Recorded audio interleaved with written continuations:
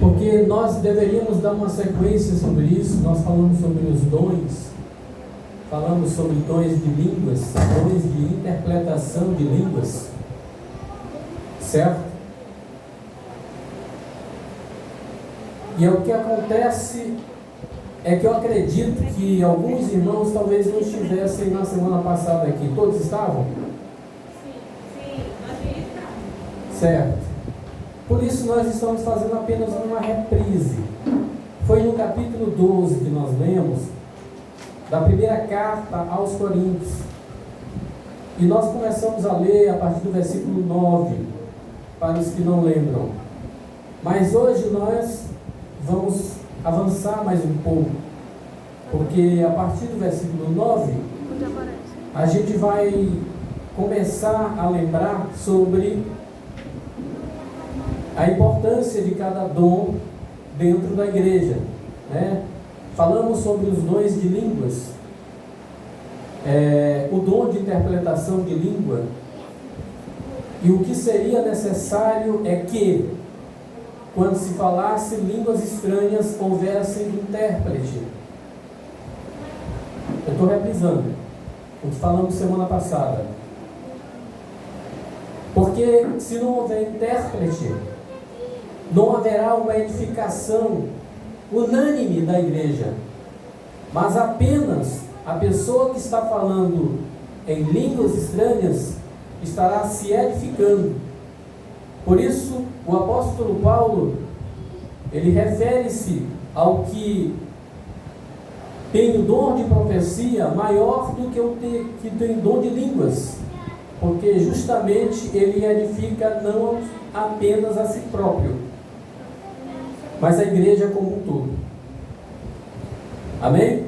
Dando sequência a esse ensino, nós vamos referendar, só como versículos principais para dar início, do mesmo capítulo 12 da primeira carta aos Coríntios, e dos versículos de 27 a 29,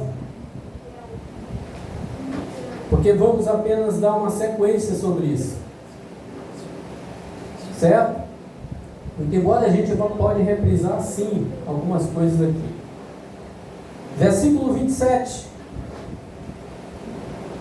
Para os irmãos que ainda não acharam, lembram vocês que a primeira carta aos Coríntios é a segunda sequência de carta, de epístola, que a primeira é a epístola aos Romanos, depois da sequência das epístolas de 1ª e a 2ª Coríntios, certo? 1 Coríntios capítulo 12, versículos 27, 28 e 29, diz assim: ora, vós sois o corpo de Cristo e seus membros em particular. E a uns Deus pôs na igreja primeiramente apóstolos, em segundo lugar profetas, em terceiro doutores, depois milagres, depois dons de curar, socorros, governos e variedade de línguas. Porventura, são todos apóstolos? São todos profetas? São todos doutores? São todos operadores de milagres? Depois que ele termina essa parte da unidade dos membros do corpo e da excelência dos dons de que cada membro tem no corpo de Cristo, ele faz esses questionamentos no versículo 29, que nós acabamos de ler. Pois bem, ainda como nota principal dos versículos iniciais, a gente vai lá para o capítulo 14, versículo 20, que a gente vai falar muito sobre isso aqui.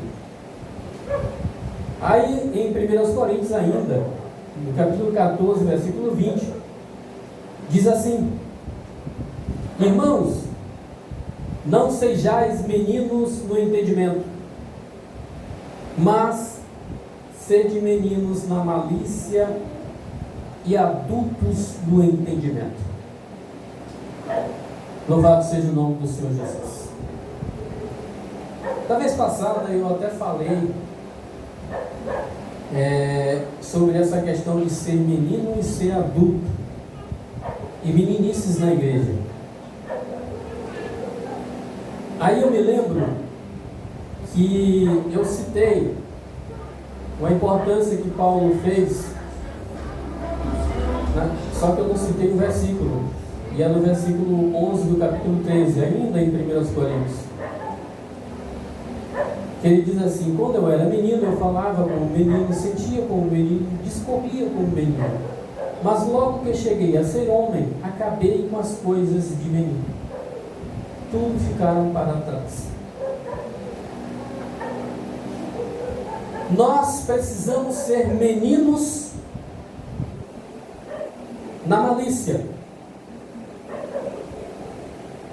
mas nós precisamos ser adultos no entendimento da palavra de Deus. E é interessante a gente saber isso aqui, porque apesar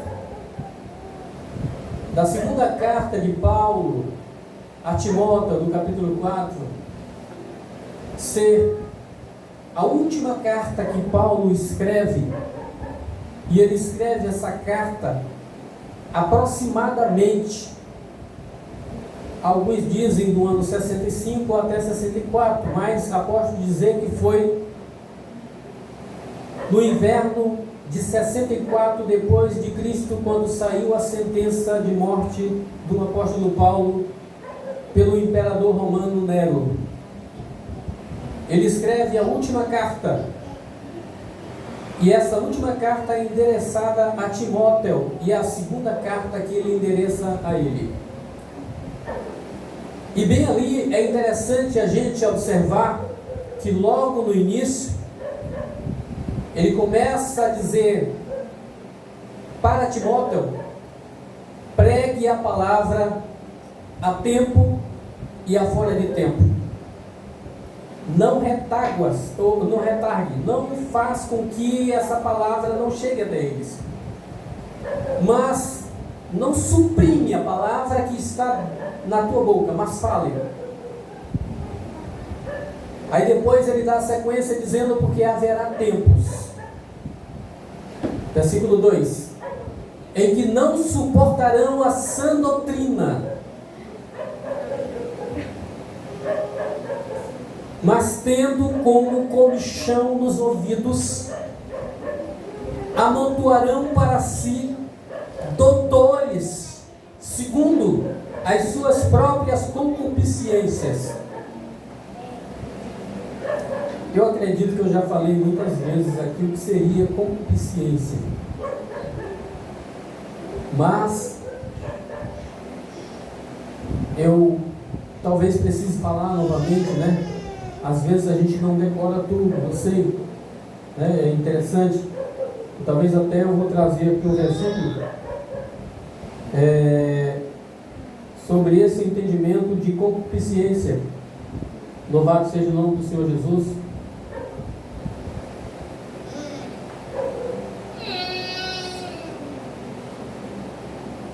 Por que eu digo isso?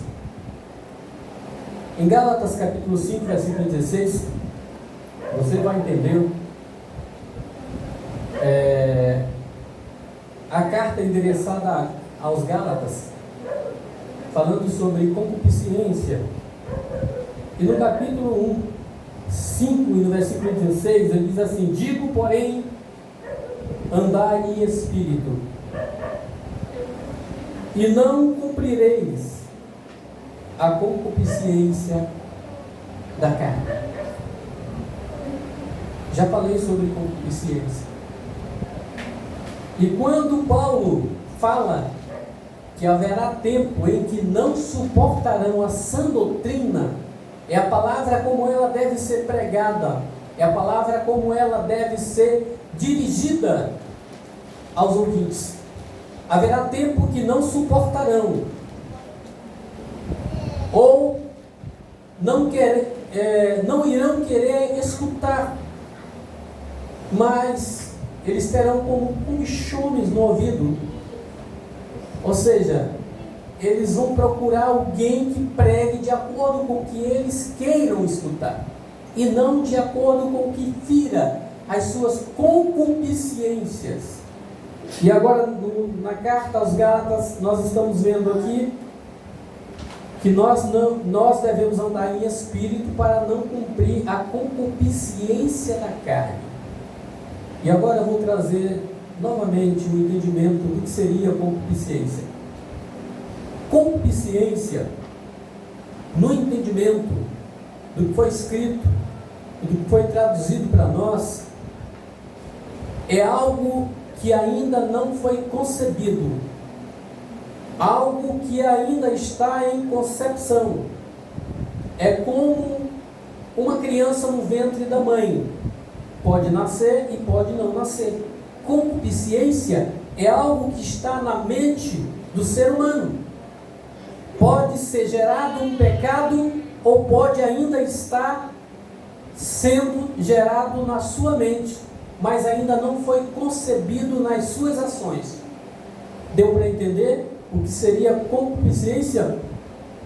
Concupiscência é isso. Mas por que falamos que haverá tempo que não suportarão a sã doutrina?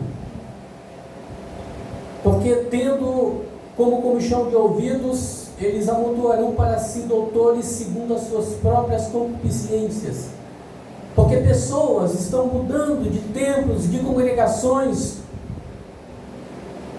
às vezes não apenas porque moram longe ou moram perto, ou porque não concordam exatamente com a teologia que ali é pregada, mas porque não concordam com a palavra da maneira que ela deve ser pregada. E por que eu digo isso? Porque na carta aos Hebreus, capítulo 4, versículo 12, eu acho que eu deveria ir lá para a gente ler, mas é um versículo conhecido, que você já deve ter visto esse versículo. A carta aos Hebreus, louvado seja o nome do Senhor Jesus, capítulo 4, versículo 12, vai falar da palavra, porque a palavra de Deus é viva e eficaz, e é mais penetrante de que qualquer espada de 2 gumes, e penetra até a divisão da alma e do espírito, das juntas e medulas, e é apta para discernir os pensamentos e intenções do coração. Essa aqui é a palavra que tem que ser pregada. Aleluia. E por que eu teria que massagear o ego dos ouvintes a quem pregamos? Somente porque eu precisaria de público, de mais pessoas dentro da congregação? Somente porque as pessoas não estão suportando mais umas às outras? Por isso eu preciso pregar para agradar alguém em particular? Essa palavra que eu pregar para agradar alguém em particular não será a palavra descrita na carta aos Hebreus do capítulo 4, versículo 12. É uma palavra muito forte. É uma palavra viva e eficaz. Vejamos. É mais penetrante do que uma espada de 2 gumes. Essa metáfora era feita de acordo com o armamento daquela época.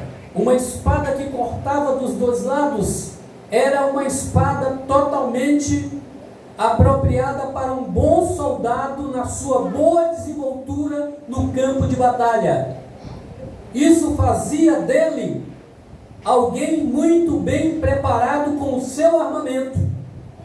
E o armamento que é a Bíblia Sagrada, aqui nessa metáfora, é comparado com a espada de 2 gumes, que ela corta de ambos os lados, que ela é apta para discernir pensamentos e intenções do coração. E aí eu volto a dizer, concupiscência são as intenções que estão no teu coração e na tua mente, e que muitas vezes precisam ser combatidas antes que ela dê a luz ao pecado. Concupiscência é pecado não gerado. Tem muita gente que interpreta o que Jesus disse, que quando olhar com o sentido já pecou. Não. Olhar com o sentido, ele pecou na sua mente, no seu intelecto. Porém, ele ainda não efetuou a prática do pecado. Ele ainda não consumou o pecado. É como alguém que está noivo, mas ainda não casou. O compromisso ainda não está totalmente feito, somente depois do casamento. E é assim que nós entendemos concupiscência.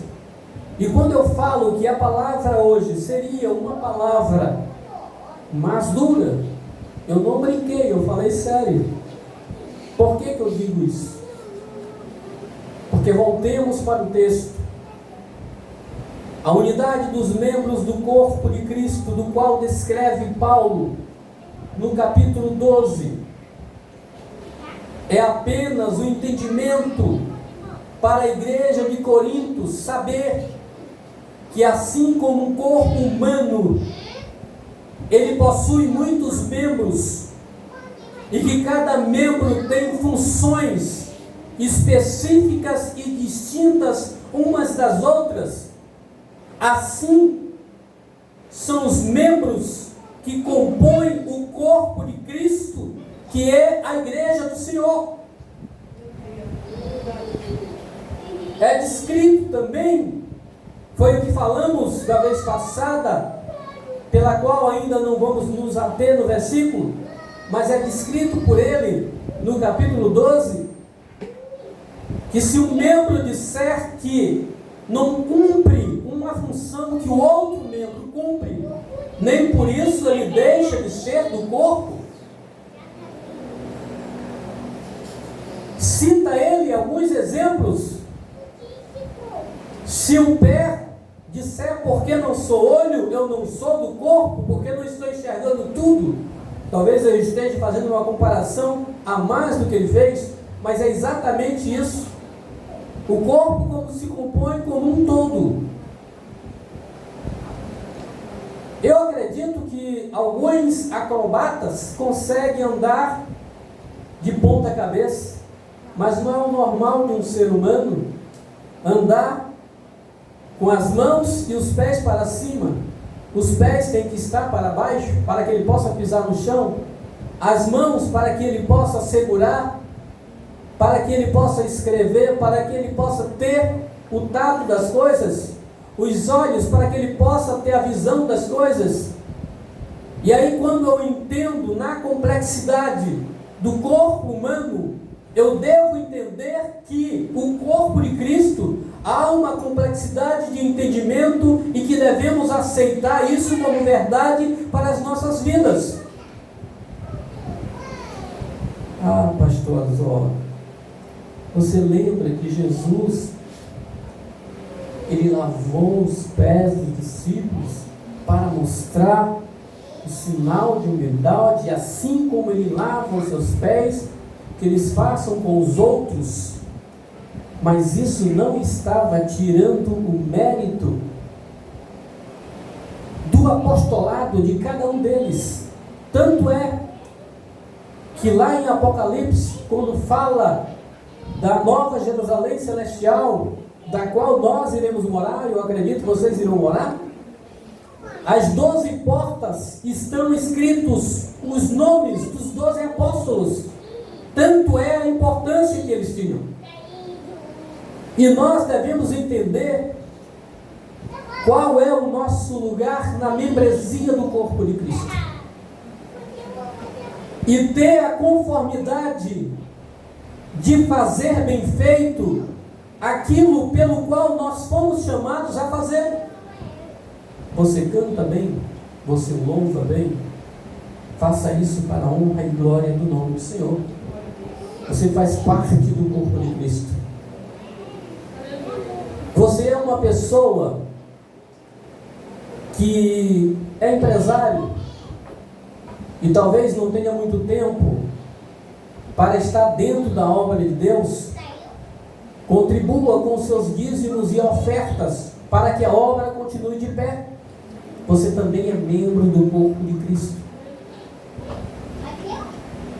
Você é uma pessoa que só sabe ficar na porta e prestando atenção em crianças. Seja um porteiro. Você também é membro do corpo de Cristo. As funções são distintas, mas todas elas são necessárias. E nenhuma delas é maior ou menor do que as outras, porque todas são importantes. Louvado seja o nome do Senhor Jesus. Eu falei em concupiscência, meus amados irmãos, mas esse não era o sentido para a gente trazer para cá. Eu trouxe um sentido apenas para a gente entender que a concupiscência nasce na mente. E eu já preguei isso em algum lugar, não sei se foi aqui, então não posso cobrar, né? Sobre Efésios capítulo 6, do versículo 10 em diante, que ele disse: aos demais irmãos meus, fortalecei-vos no Senhor e na força do seu poder, para que possais estar firmes contra todas as astutas ciladas do diabo, porque vocês não têm que lutar contra carne e sangue, mas sim contra as potestades nos lugares celestiais da maldade, nos lugares onde vocês não estão vendo. Eu, no passado, já até preguei texto como esse, equivocadamente, como muitos pregam. Eu acredito que, agora eu me lembrei do meu antigo pastor, a gente prega e às vezes a gente desprega o que a gente pregou. Lembrando disso, muitos ainda têm um entendimento que nós não temos que lutar contra carne e sangue, mas sim contra as potestades espirituais. Significa dizer apenas espíritos imundos que se apossam de pessoas, ou coisas que nos perturbam, ou os demônios que estão nos ares. Assim eu pregava e assim pode se entender também. Mas essa batalha no mundo espiritual da maldade, ela está sendo travada dentro da mente de cada ser humano, porque lá é dentro da sua mente que o diabo quer te combater, nas suas estratégias, porque é lá que saem os bons e os maus pensamentos, é lá que começa a concupiscência dos olhos, quando você vê, e vai para a mente. A concupiscência da carne, quando a carne responde aos que os pensamentos pensaram. É lá que começa a sair as imaginações da discórdia, da pessoa que não concorda com o outro, da pessoa que não suporta mais o seu irmão que está do lado, da pessoa que não suporta mais a mensagem do pregador, como disse Paulo, não suportarão a sã doutrina como deve ser pregada. É lá na mente é que nasce tudo isso, e é lá que é travado essa batalha no mundo espiritual da maldade. Se nós não estivermos cientes disso, nós perderemos a batalha, porque estaremos combatendo algo que vem contra nós, não sabendo que algo está sendo travado dentro de nós, na nossa mente, internamente, nos nossos pensamentos. meus amados irmãos, nós começamos tudo através dos nossos pensamentos, da nossa mente. Aqui está o comando para todos os atos que o corpo humano vai efetuar ou fazer. Nós imaginamos e as nossas mãos vai. Nós pensamos e nós escrevemos. Nós pensamos e nós logo começamos. Eu vou comparar agora um filósofo muito conhecido do século XVI, René Descartes, francês, que diz: penso, logo existo. Eu fui pesquisar sobre a frase que ele disse assim, e alguns que fizeram as suas narrativas da frase desse filósofo tendenciaram para o lado das suas narrativas em particular. Mas na verdade isso se deu num devido problema que esse homem estava passando. Ele estava isolado, pensando na vida, porque ele tinha uma doença incurável, e ele pensava como tudo aquilo poderia acontecer com ele, já que ele era um homem culto e de grande conhecimento, e pensando nas existências de todas as coisas. René Descartes não foi considerado um ateu como muitos pensam.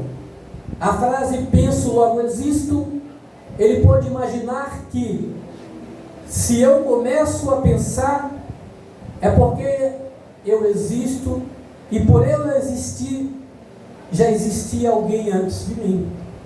Claro que eu introduzi aqui também a minha narrativa, certo? Apenas abri um parênteses aqui para mostrar isso. Mas quero dizer uma coisa para vocês, meus amados irmãos.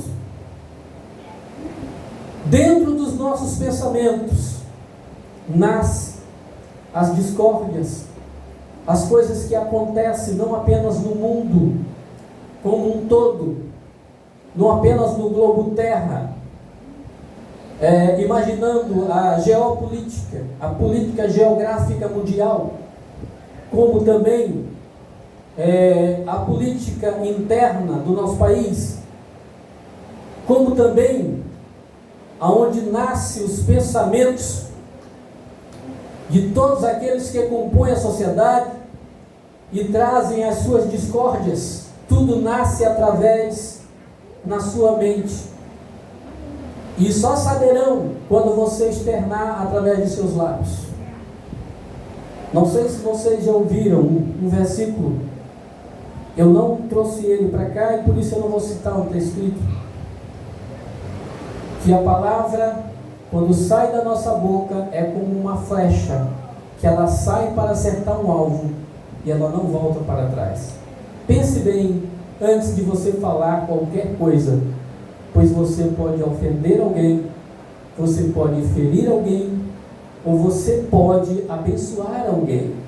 Seja o que abençoa, seja aquele que abençoa também pelas palavras duras, porque a palavra de Deus, ela não é uma palavra que venha massagear o nosso ego, os nossos pensamentos, a nossa consciência mental. Não, a palavra de Deus, ela discerne os nossos pensamentos, ela começa a separar juntas e medulas e fazer com que as coisas estejam acertadas de acordo com o que Deus quer que seja, e não de acordo com o que nós pensamos que seja.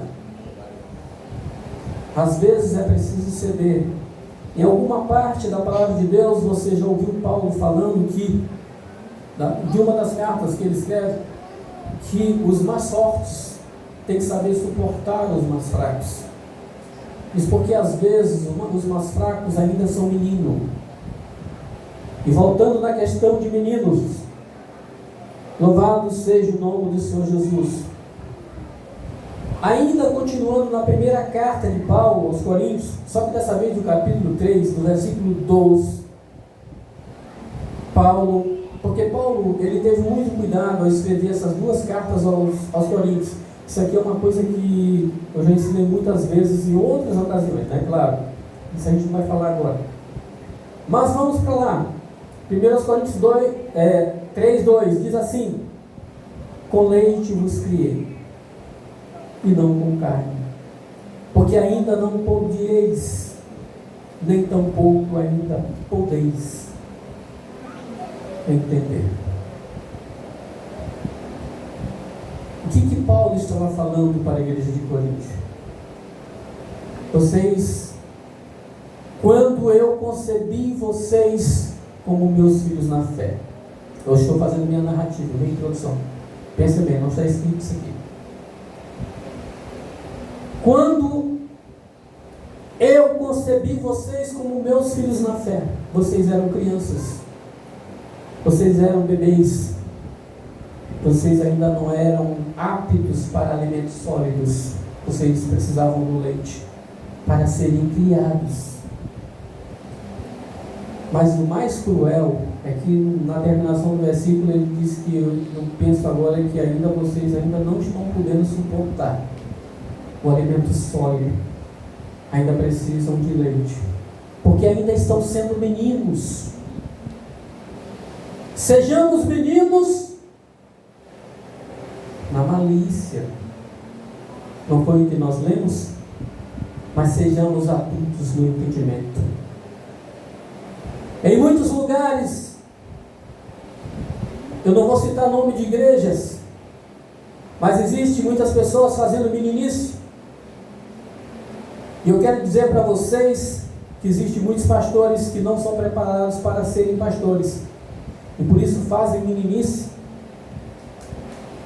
com a palavra aplicada, não com a palavra expositiva. Hoje nós estamos fazendo um culto de doutrina, é a palavra expositiva, é a palavra de exposição. Eu estou ensinando e falando, certo? Eu estou expondo a palavra. A palavra aplicada é quando o pregador ele é convidado a um determinado evento, a uma festa. Então ele traz um tema e baseado naquele tema ele vai aplicar a palavra. O problema nasce quando o pregador, o narrador, ele não soube interpretar a palavra a ser aplicada. E quando ele aplica uma dosagem da qual não estava exatamente dentro da palavra, como se diz na medicina, não tinha os componentes necessários para determinada enfermidade, não é isso? Uma injeção é aplicada errada, o paciente passa mal e pode até morrer. Assim é uma palavra aplicada de maneira equivocada e aplicada por alguém que ainda é menino na fé. Ele fala com tanta propriedade: Deus mandou eu te falar e você vai ouvir. E muitas das vezes você imagina, Deus mandou ele falar mesmo.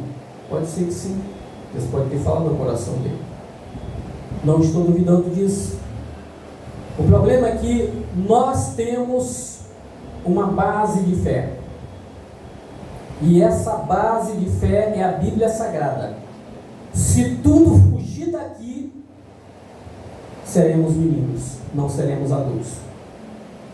Estaremos falando asneiras e não estaremos falando a palavra que discerne pensamentos, que separa juntas e medulas e que é apta para discernir as intenções do coração. Um pouco olhei para o relógio. Louvado seja o nome do Senhor Jesus. Mas eu acredito que os irmãos estão entendendo. Eu pedi que essa mensagem fosse gravada, porque eu quero que vocês reprisem ela no grupo da igreja. Eu não sei se no WhatsApp dá mais de 1 hora de mensagem ou menos de 1 hora, não sei se dá para fazer isso. Mas eu quero que toda a igreja saiba. O que nós estamos falando aqui para a igreja é congregacional. E agora chegou a hora mais importante para nós. IPRM, Igreja Pentecostal da Renovação Missionária.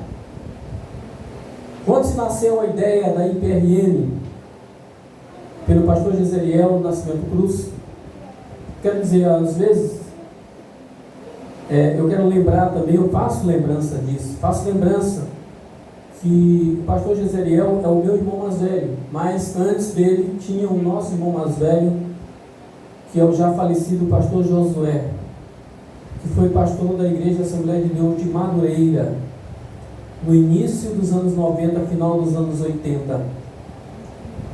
E foi ele que foi um dos meus mentores, logo no início da carreira ministerial. Por isso eu tenho um pouco dele como referência.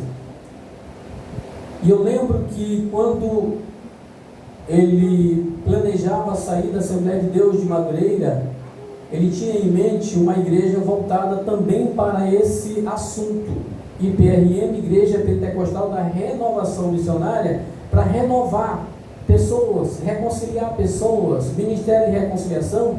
Porém o nome era a Casa do Oleiro, que vocês sabem que a Casa do Oleiro, aquela profecia foi citada para a nação de Israel, que assim como o oleiro quebra um vaso que não está bom, amassa ele e faz um vaso novo, assim Deus poderia fazer da nação de Israel e pode fazer no meio do seu povo. E isso é interessante a gente saber. Por isso, meus amados irmãos, nós,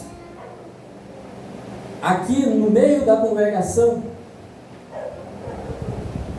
eu fiz algumas observações durante o período em que assumi. Eu confesso aos irmãos que eu tenho um pequeno erro de não gravar algumas datas. A data que eu comecei. Senhor? A data que eu comecei. Porém, algumas datas mais antigas eu consigo decorar.